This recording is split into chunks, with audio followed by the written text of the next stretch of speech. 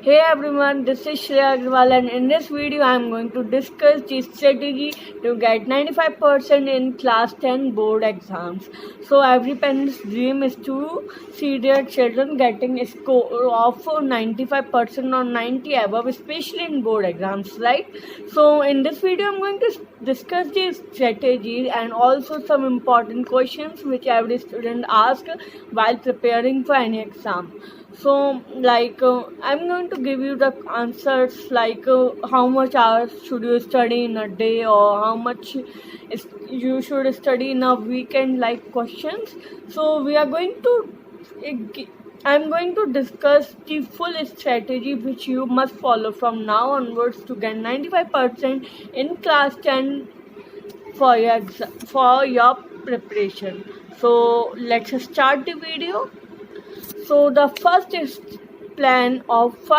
strategy in your class 10 journey should be study study the syllabus of your class 10 board exams and make study plans. So study plan, like you should make your own timetable and you should follow it regularly, and especially if you are a weak or average student then you must make timetable, because her cheese her time पे perfectly होनी चाहिए. मैं ये नहीं कह रही कि आप 7 घंटे या 8 घंटे सोना चाहिए या फिर 4 घंटे सोना चाहिए, बट ये होना चाहिए कि अगर आप 10 बजे सोते हैं तो अगले दिन भी आपको 10 ओ क्लॉक पे ही सोना है. इट डजंट मीन कि आज आप 10 पे सो रहे हैं, परसों 12 पे सो रहे हैं, उसके बाद 2 ओ क्लॉक पे. सो आपको एक परफेक्ट टाइम टेबल बनाना है जिसका हर रोज़ का शेड्यूल सेम हो एंड ऑल्सो वो आपका टूटना नहीं चाहिए. You should be consistent in making your time table and following it. So the second step in your class 10 journey should be do your school homework regularly. You should not leave any day homework or any backlog before, because अगर आपका एक बार backlog create हो गया, अगर आपने regularly homework नहीं किया, then it will be a great problem for you. So backlog avoid करिए and do your school homework regularly. And third step is study more in less time. कुछ बच्चे मैंने नोटिस किया है कि 10-10 घंटे 12-12 घंटे पढ़ते हैं, but it should not be. As a class 10 student और एज अ 12 तक आपको 10-10 20-20 घंटे पढ़ने की कोई ज़रूरत नहीं है. क्लास 10 का एग्ज़ाम इतना भी डिफ़िकल्ट नहीं होता है. It is the first exam, और you can say it is the first exam जो आप अपने पूरे वर्ल्ड के संग एक ही दिन में दे रहे हैं. यूजुअली क्लास 10 एक ऐसा एग्ज़ाम है जो हम अपनी लाइफ में पहली बार एक्सपीरियंस करते हो. हमने वर्ल्ड के साथ एक ही टाइम पे एक ही पेपर को सॉल्व करते हैं. तो class 10 exam is not so difficult. तो आपको 10-10 12-12 घंटे की पढ़ाई ज़रूरी नहीं है. And I will tell you in the coming video कि हाउ टू, मतलब कि आपको कितना पढ़ना है, how much hour you must study every day on a regular and on weekend. So fourth step is focus and concentration. So focus आपको अपने mobile, आप जब भी पढ़ें, जैसे study more in less time, जैसे आप 4 या 5 घंटे भी पढ़ते हैं, 1 घंटा भी पढ़ते हैं, तो उस टाइम अपने मोबाइल की डिस्ट्रैक्शन हटा दीजिए. उस टाइम अपने मोबाइल को साइड में रख दीजिए और उस टाइम इतना डीमोटिवेट मत हुई, कोई भी बात मत सोचिए, बट अपनी पढ़ाई पर फोकस करिए. आपको बस 1 घंटा पढ़ना, बट उसमें स्मार्ट स्टडी करनी है. उसमें जितना भी आउटपुट निकलना चाहिए वो सारा निकलना चाहिए. तो 1 घंटा आपको रोज़ पढ़ना है कम से कम, एंड कंसंट्रेशन के साथ पढ़ना आपको. Okay. So the fifth step is be consistent. मैं आपको एक एग्जांपल्स के थ्रू समझा रही हूँ. अगर आप एक लकड़ी रख लेंगे और उसे एक दिन खोदेंगे, फिर 4 दिन बाद दोबारा खोदेंगे, तो ऐसे एक मोटा पेड़ या लकड़ी वो कटेगी नहीं 1 साल तक. बट अगर आप कंसिस्टेंटली उसे रोज़ खोदते रहेंगे तो वो मतलब रोज़ उससे काटते रहेंगे तो फिर वो ज़रूर कटेगी और एक दिन आपको उसका फल ज़रूर मिलेगा. तो इसी तरह पढ़ाई होती है, हमें रोज़ रेगुलरली पढ़ना चाहिए, कंसिस्टेंट रहना चाहिए। और अगर हमने एक बार कमिटमेंट कर दी कि हमें ये क्लास 10 के एग्ज़ाम में 95% लाने हैं, तो मतलब लाने हैं। एक्चुअली क्लास 10 में 95% के 98% भी स्कोर किया जाता है, इवन 99% तक भी लोग स्कोर करते हैं। तो आपको अपना गोल 99% का रखना है, गोल बिग करना है, जिससे आपको उसके लिए उतनी मेहनत भी करनी पड़े। तो गोल बिग, अचीव बिग, एंड आपको उस गोल के लिए आपको रेगुलर और कंसिस्टेंट भी रहना चाहिए। And next step is self study time should be greater than tuition time और एनी कोचिंग टाइम। तो आपको ट्यूशन अगर आप रेगुलरली 3 या 4 घंटे की पढ़ते हैं, तो उससे आपको ज़्यादा 1 घंटे, एटलीस्ट 1 घंटे ज़्यादा का सेल्फ स्टडी टाइम देना चाहिए। होमवर्क अगर आपको मिलता है तो उसके लिए 1 आवर या जितनी भी देर टाइम प्लॉट करना चाहते हो उतनी देर रखिए, बट आपको एटलीस्ट ट्यूशन टाइम से ज़्यादा सेल्फ स्टडी टाइम करनी है। यूजुअली लोग ट्यूशन जाते रहते हैं और इतना आउटपुट नहीं मिलता उन्हें, बिकॉज वो ट्यूशन में अपना सारा टाइम वेस्ट कर देते हैं। बट क्लास 10 की स्टडी सेल्फ स्टडी होनी चाहिए, मतलब उसमें सेल्फ स्टडी टाइम भी ज़्यादा होना चाहिए उसके हिसाब से। मैं ये नहीं कह रही कि ट्यूशन नहीं होनी चाहिए आपकी, बट होनी चाहिए, लेकिन उसके साथ आपको सेल्फ स्टडी ज़्यादा करनी है, रिवाइज ज़्यादा करना, अपना सिलेबस कंप्लीट ज़्यादा से ज़्यादा करना और आउटपुट अपने सिलेबस की ओर ज़्यादा देना है। And next step is don't mug up. अभी से अगर आप मग अप करने लगेंगे, रटने लगेंगे, बाय हार्ट करने लगेंगे, then you will not be able to score good marks in class 10 final board exam.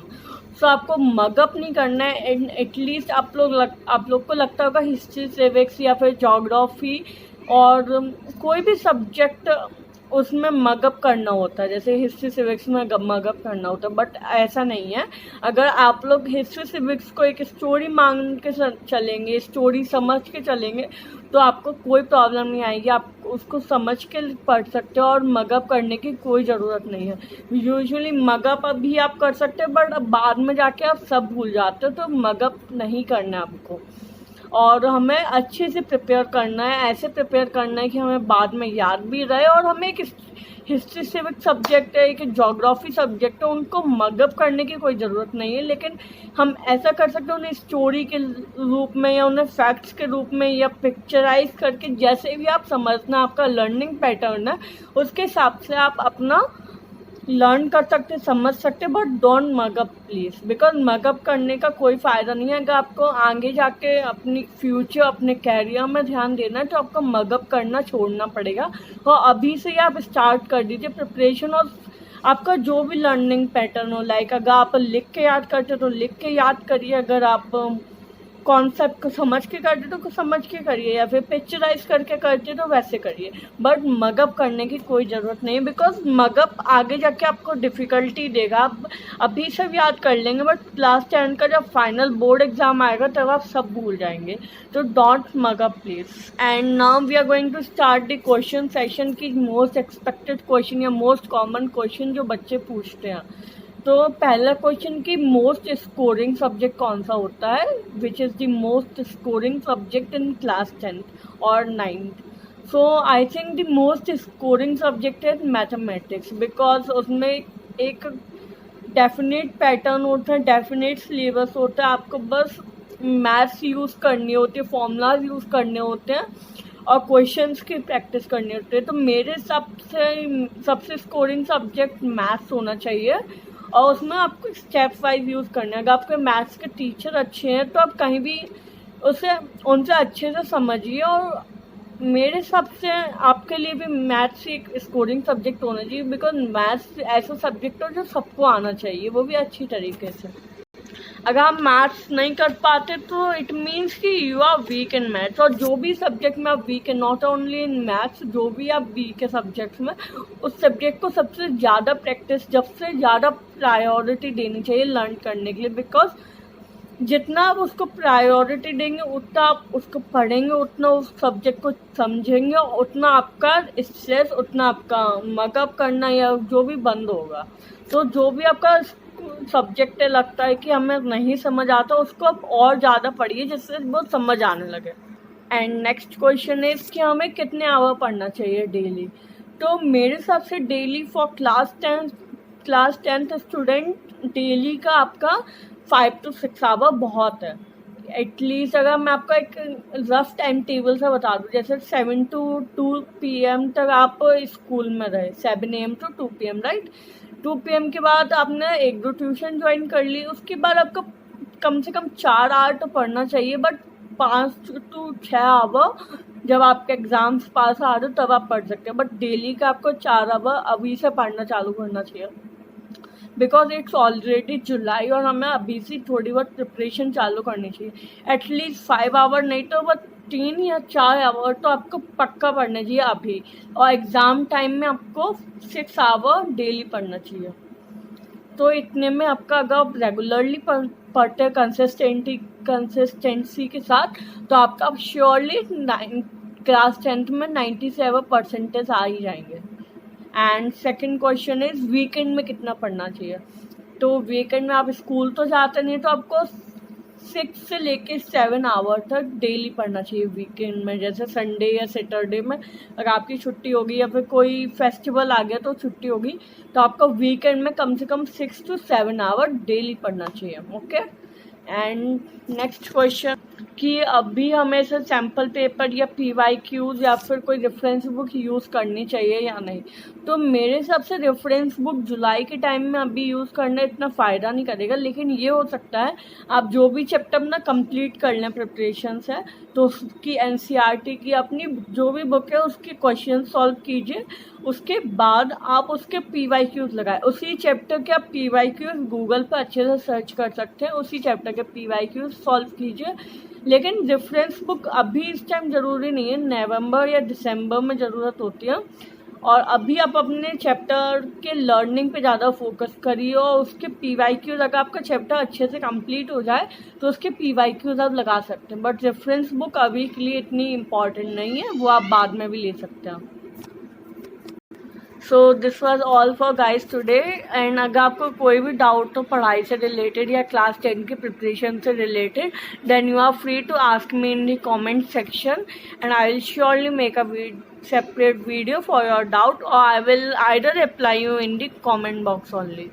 And I wish you all the best for starting your preparation from July itself, and do subscribe my channel for more videos. If you really like the videos, then do hit the like button and tell me कि मुझे किस topic पे आपके लिए video बनानी चाहिए। और अगर आपको कोई भी डाउट हो क्लास 10 से रिलेटेड या फिर उसके सिलेबस से रिलेटेड, देन डू कमेंट में इन दी कमेंट सेक्शन। और तब तक के लिए आप पढ़ते रहिए। All the best and keep studying. Bye bye.